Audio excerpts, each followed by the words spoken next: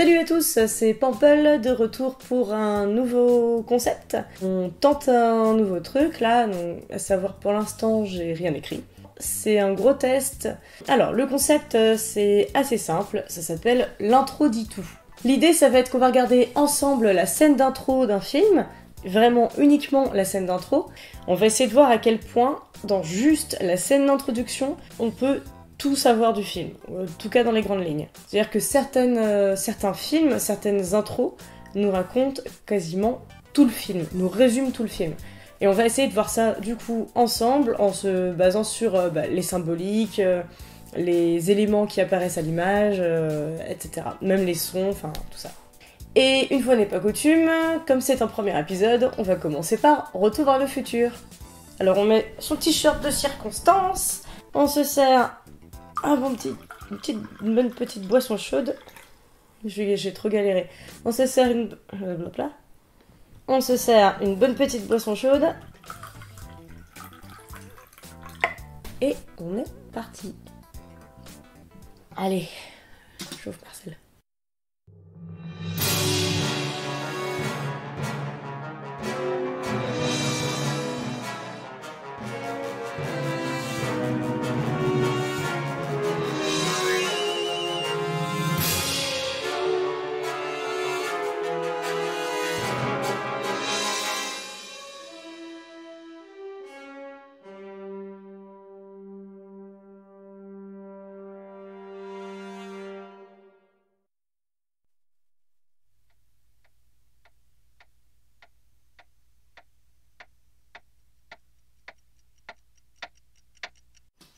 Déjà, on peut dire tout de suite que le film commence en nous faisant entendre des bruits d'horloge. Donc on sait déjà, même si on a évidemment le titre du film normalement, mais ça nous indique déjà qu'il va forcément y avoir toute une histoire de temps. Et la deuxième chose qu'on a, c'est le titre, Back to the Future. On atterrit directement sur des images d'horloge, évidemment. Il y a plein de sons qui se rajoutent. Qui indique 7h53, très important. Alors là, il y a un truc qui est assez rigolo. Une des horloges qui représente un mec en train de picoler dans la rue, sous une horloge, et à côté d'un réverbère. Alors ça paraît rien comme ça, mais pour moi, c'est clairement une référence au clodo qu'on va retrouver, qui va aider Marty à découvrir, à se rendre compte qu'il est retour en 1985. Je vous remets la scène, vite fait.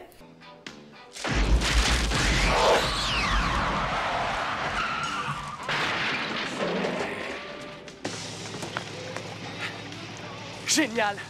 Oh, Red! Oh, t'es génial!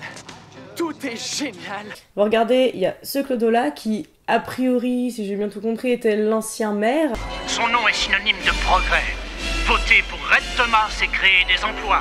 Red! Et pour moi, cette horloge-là, elle fait référence à ce gars-là. Après, voilà, c'est pas un élément hyper important de l'histoire, mais c'est quand même un élément qui va avoir son importance pour Marty quand il va arriver, qui va le voir sur le banc, il va le reconnaître, et ça va le rassurer sur le fait qu'il est bien de retour en 1985.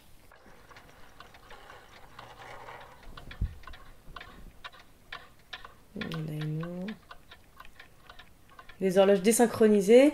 Et là, on arrive sur une horloge, ou au moins une image d'horloge, qui représente un vieux accroché à une des aiguilles de l'horloge.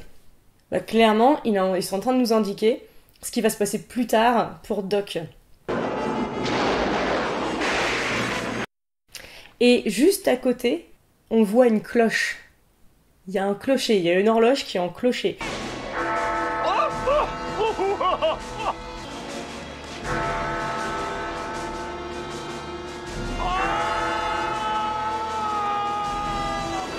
Et là, comme on regarde, on a au premier plan, à ce moment-là, l'équivalent de Doc qui est accroché à l'aiguille, et à côté, derrière, on sent que c'est derrière l'image qu'on voit, il y a le clocher, il y a la cloche. Et là, On remarquera aussi au passage qu'on est en train d'avancer sur un travelling ou panoramique vers la droite. À savoir que dans les symboliques, si on découpe l'écran en trois, à gauche c'est le passé, au milieu c'est le présent et à droite c'est l'avenir. Donc là, clairement, on a un déroulé vers l'avenir. Mais on va avoir un passage vers le passé aussi, qui va, en même temps, tout le temps est complètement dans tous les sens, quoi. Enfin, le temps va dans tous les sens. Alors là, hop, on est passé sur quelques autres horloges. Hein. Bon, voilà, il n'y a rien de particulier à dire, à part qu'elles sont hyper kitsch. Et on arrive sur les coupures de journaux. Elles sont hyper intéressantes.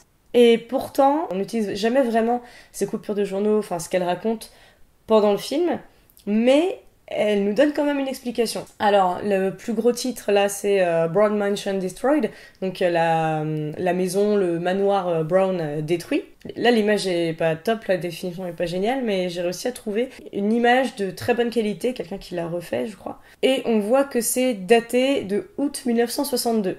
Alors, pourquoi c'est intéressant ça ? Eh ben, pour une raison toute simple, c'est que on peut se poser la question toute con, pourquoi la maison de Doc Brown en 1955 et celle de 1985 ont l'air d'être si différentes? Eh bien tout simplement parce que la maison qu'il avait avant a été détruite. La deuxième coupure, elle nous dit Brown Estate sold to developers, le domaine Brown, donc de Doc, vendu à des promoteurs, et le chapeau, un inventeur en faillite vend 435 acres. Donc on voit un inventeur en faillite.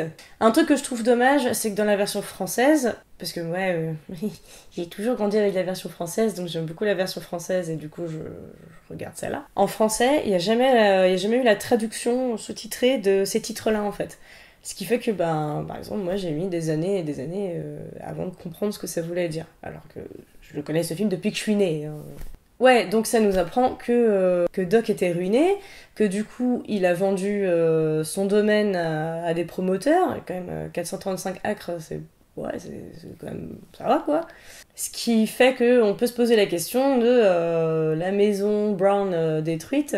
Est-ce que c'était dû à une expérience qui a mal tourné? Est-ce que c'est un incendie volontaire pour toucher l'assurance? Tout ça pour pouvoir mener ses projets à bien. En fait, il habitait avant au 1640 et maintenant il habite au 1646, un truc comme ça.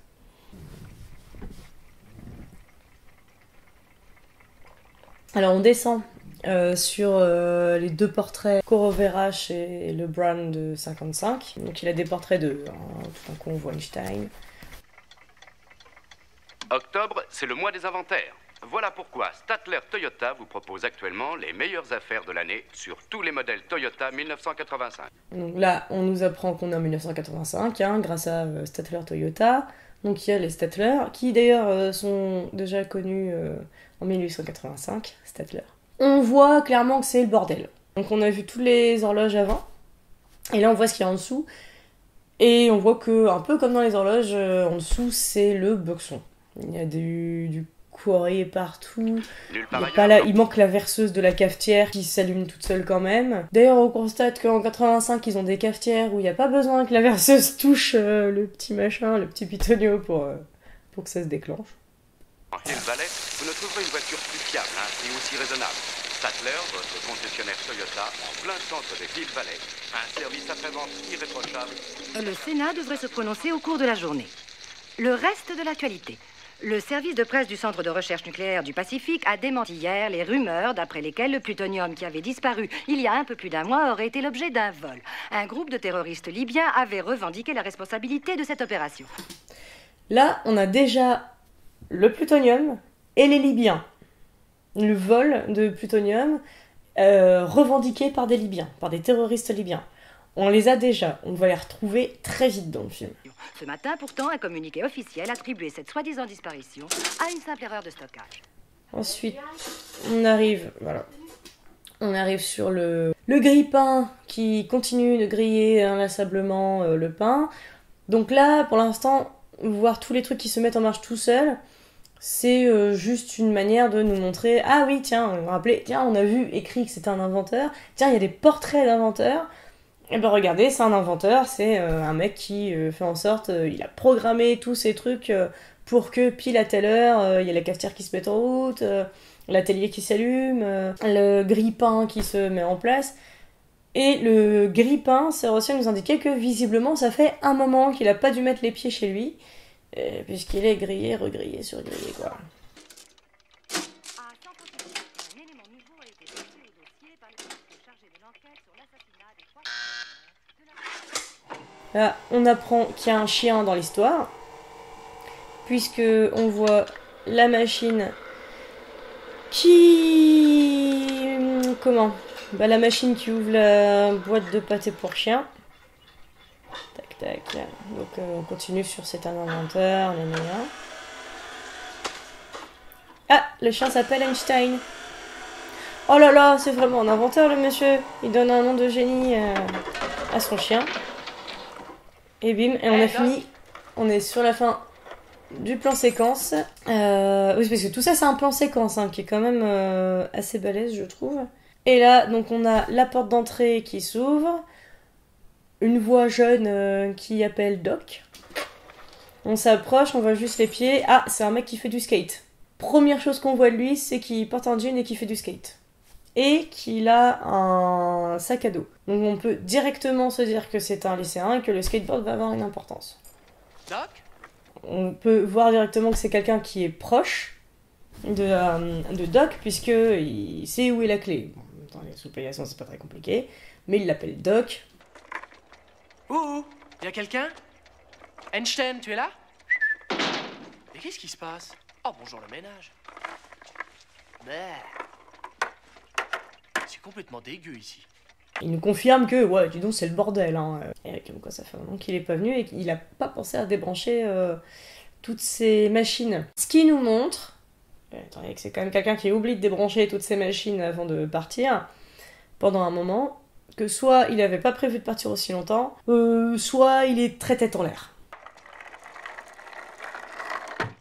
Ah, dis donc, le plutonium dont on a parlé, il est sous le lit. Non, tout simplement.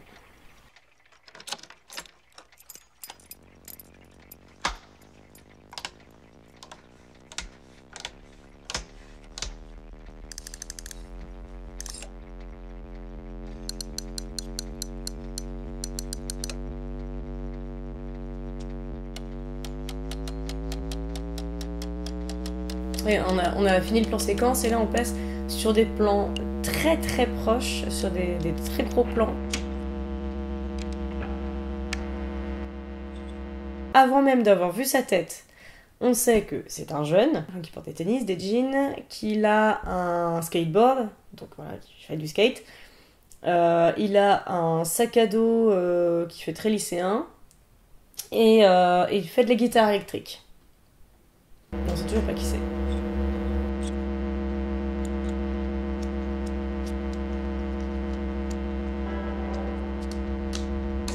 Et au moment où on aurait pu voir son visage, on le voit pas, mais on peut constater qu'effectivement, il a l'air jeune.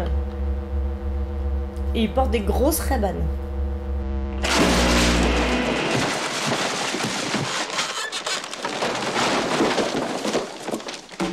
On a vu son médiateur, on n'a toujours pas vraiment vu sa tête. Et ça y est, là il est enfoui, gros bordel. Et ça y est, on va découvrir enfin la tête de Marty McFly. Wow. Ça, c'est du rock. Intervention du montage, parce que c'est toujours évidemment à ce moment-là qu'on se rend compte qu'on a oublié les choses les plus importantes. Alors je voudrais revenir sur deux choses. D'abord, est-ce que vous avez remarqué que Doc et Marty ne sont pas du tout présentés de la même façon en ce qui concerne le type de plan et le type de montage. On a d'un côté Doc qui nous est présenté par un long plan séquence, assez lent, sur beaucoup d'objets complètement en bordel, ce qui nous montre par la lenteur, le côté vieillesse, souvent symbolisé par la lenteur, hein, on imagine plus facilement un vieux aller lentement que courir. Le fait d'avoir tous les objets en bordel présentés en plan moyen, ça nous permet de voir qu'il s'intéresse à plein de choses, mais qu'il a pas du tout les idées ordonnées. Donc on a ça d'un côté, le long et lent plan séquence qui montre Doc en plan moyen sur plein d'objets en bordel. À côté, Marty, lui, nous est présenté par plusieurs plans très très rapprochés. On est sur du très très gros plan sur des choses bien spécifiques. On a donc d'abord un gros plan sur le skateboard, ensuite des très très gros plans sur les boutons de l'ampli, sur les 2 prises jack, sur la main en train de régler le bouton de la guitare, et enfin sur le Mediator. Ce sont des plans pas forcément très courts, mais qui sont montés cut assez dynamiques, qui nous permettent de comprendre que Marty étant jeune, il est dynamique, il n'a pas forcément beaucoup de centres d'intérêt, c'est ce qui est démontré par le fait de ne pas nous montrer 30 000 choses. À ce moment-là, Marty, il est caractérisé uniquement par son skateboard, avec son sac à dos dessus, l'ampli et la guitare. C'est-à-dire ce sont seulement ses centres d'intérêt, et visiblement, dans la présentation, il n'y en a pas des masses d'autres. D'ailleurs, quand je disais plus tôt qu'on avait terminé le plan séquence sur la gamelle d'Einstein, je ne sais pas si vous vous êtes rendu compte, en fait, le plan séquence est seulement interrompu par le plan sur la gamelle d'Einstein. C'est un plan rapproché, très court, mais le plan séquence, lui, il reprend derrière, jusqu'à ce que le skateboard vienne toucher le plutonium. Pourquoi nous faire ça? Pourquoi nous couper un plan séquence par, tout d'un coup, un gros plan sur Einstein? Eh bien, pour une raison toute simple. Le chien est une chose qui lie Doc et Marty. Marty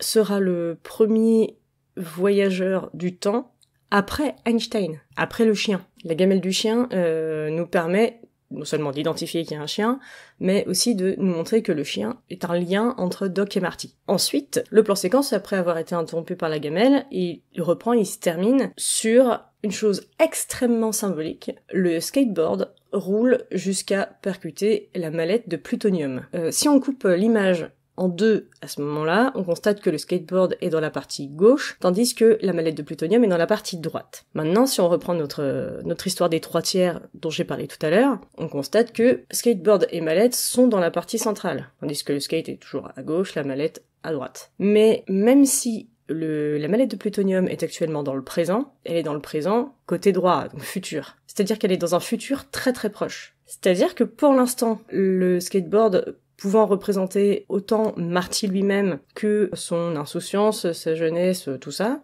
sa vie de lycéen normale, quoi. Le fait que le skateboard vienne percuter la mallette de plutonium, qui lui est dans le futur, vient nous indiquer que Marty va être confronté à cette histoire de plutonium, et assez vite. Sinon la mallette serait plus loin dans le futur. Et là, non, il va être confronté assez vite, et ça va occuper une bonne part de son futur. En tout cas, du futur du film. Bon, ça va lui occuper une semaine, quand même. Donc oui, je pense qu'on peut dire que c'est une bonne part de son futur proche. Alors, je crois que c'est tout ce que j'avais à rajouter. Je vous laisse reprendre.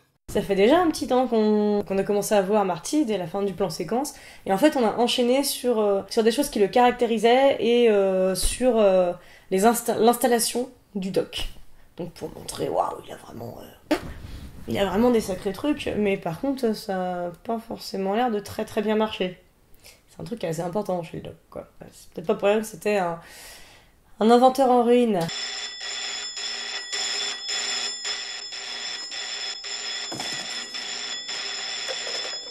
Et alors, autre preuve que... on nous montre encore autre preuve que Marty est quelqu'un qui est très proche du doc, c'est qu'il n'hésite pas à répondre au téléphone. Oui, c'est toi, Marty. Hey, Doc, mais où est-ce que vous êtes? Tu peux me retrouver sur la promenade des Deux Pins cette nuit à 1h15. Je crois que je viens de faire une découverte importante. Attendez un peu, vous voulez dire à 1h15 du matin? Oui. Mais qu'est-ce qui se passe? Où est-ce que vous étiez depuis une semaine? En plein travail. J'ai pas vu Einstein. On apprend que ça fait une semaine que Doc a disparu. Il est avec vous? Oui, il est là. Vous savez que tous vos appareils sont restés branchés toute la semaine? Mon installation? Ah, au fait, Marty, ça me rappelle, tu ferais mieux de ne pas utiliser l'ampli. Il y a un léger risque de court-circuit. Donc on s'était déjà dit, on avait déjà tout l'idée que... il oublie facilement des trucs. Donc il a carrément oublié de débrancher son installation. Mais il y prend pas garde, en fait. Quand Marty lui dit ça, mon installation... Ah, je pense à ça. N'utilise pas l'ampli. Ouais, d'accord, c'est bon, je m'en souviendrai. Très bien. Alors à ce soir. Et surtout, tu n'oublies pas, 1h15, promenade des Deux Pins. D'accord.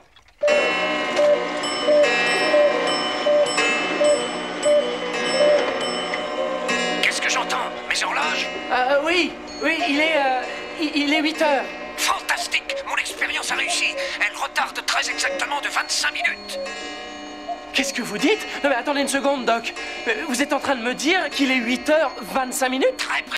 Toujours pas compris à quoi servait son expérience. À quoi ça servait de reculer tous les trucs de 25 minutes. Mais on se rend compte qu'il est très content, en tout cas, que son expérience ait réussi. Je vois pas en quoi ça fait une expérience concluante. Mais il est content que ça ait marché. Donc c'est quelqu'un qui se réjouit que ses expériences fonctionnent. Donc c'est visiblement quelqu'un qui n'a pas l'habitude non plus que ses expériences fonctionnent. Oh la vache! Moi je vais être en retard au lycée! Et voilà, on a la confirmation de l'information que Marty est un lycéen. Et là on peut voir... Voilà, on peut justement voir la maison où il vit, qui a l'air plutôt d'être un hangar aménagé, hein, clairement, et qui est au 1646, Riverdale. Bon, je sais pas si on va voir d'ailleurs que c'est Riverdale. Vous savez où se trouve l'avenue Riverside, s'il vous plaît? C'est de l'autre côté de la ville, la première après Maple, dans le quartier est. Ah, attendez, la première après Maple, c'est l'avenue John Kennedy. Mais qui c'est ça celui-là, John Kennedy? Je pense que oui. Ouais, voiture d'époque, machin. Alors, il y a un Burger King qui est marqué vers la gauche. D'ailleurs, le Burger King est juste là. Donc vraiment, Doc habite juste à côté du Burger King. J'avais jamais fait gaffe à ça. Peut-être parce qu'à l'époque, il n'y avait pas de Burger King. Donc, il est à côté d'un Burger King et d'un Toys R Us. Donc, on peut se douter que les acres qu'il a vendus, il les a vendus pour en faire une zone commerciale, en fait. Voilà. On a première occurrence du Texaco. On voit le Texaco et on voit la place. Cette place qui est la même où Marty va atterrir, enfin va entrer dans Hill Valley en 55. Et on constate que à la place de là où il y aura le café, il y a le Loose Aerobic Club. Donc c'est là qui fait un gros coucou. Et d'ailleurs, il y a un faux raccord. Je viens de tilter qu'il y a un putain de faux raccord. Il passe 2 fois devant le machin. Enfin bon, bref, c'est pas grave. Et ouais, du coup, on nous montre déjà l'endroit où il y a pas mal de choses qui vont se passer. Chez Lou, qui en 55 était un bistrot, quoi. Enfin, c'est là qu'il va rencontrer son père. Donc on nous présente déjà les lieux. Alors, même si, clairement, plus tard dans le film, on le retient pas, on va pas se souvenir comme ça d'un truc qui a duré 20 secondes au tout début du film, dans les 5 premières minutes. Mais quand on va arriver dans ces lieux-là, on va dire tiens, ça dit quelque chose. Ah non. Hop, on fait le tour de la place et on voit le panneau de Hill Valley. Voilà. On est situé. On avait les coupures de journaux pour commencer à nous le dire, mais là, on voit, il y a carrément le panneau « Welcome to the city of Hill Valley ». C'est bon, tout est placé. Et là, on a un petit plan qui se termine sur « Re-elect Mayor Goldie Wilson ». Donc, on sait que actuellement Hill Valley a un maire noir qui s'appelle Goldie Wilson.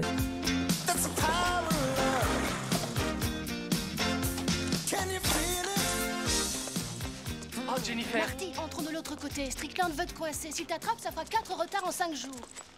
Ouais, je pense qu'il n'y a pas besoin d'aller plus loin pour l'intro. Pour moi, l'intro, elle se termine là. Juste au moment où Jennifer l'embarque et lui dit tu vas encore être en retard, enfin tu vas encore être en retard au lycée, ça va être la 4e fois en 5 jours. Qui sert juste à nous montrer que effectivement, on sait déjà que le temps a une grosse importance, que le temps va avoir une grosse importance dans ce film-là.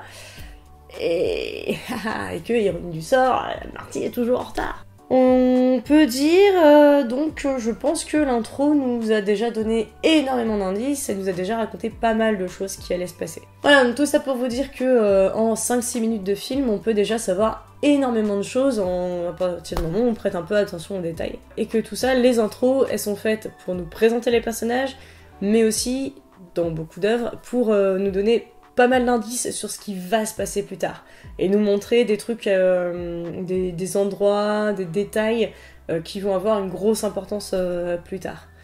Ouais, je vais passer vite fait là-dessus, mais quand on a eu un plan sur Marty qui faisait coucou au conducteur du deuxième véhicule, on a pu remarquer qu'il avait un Walkman.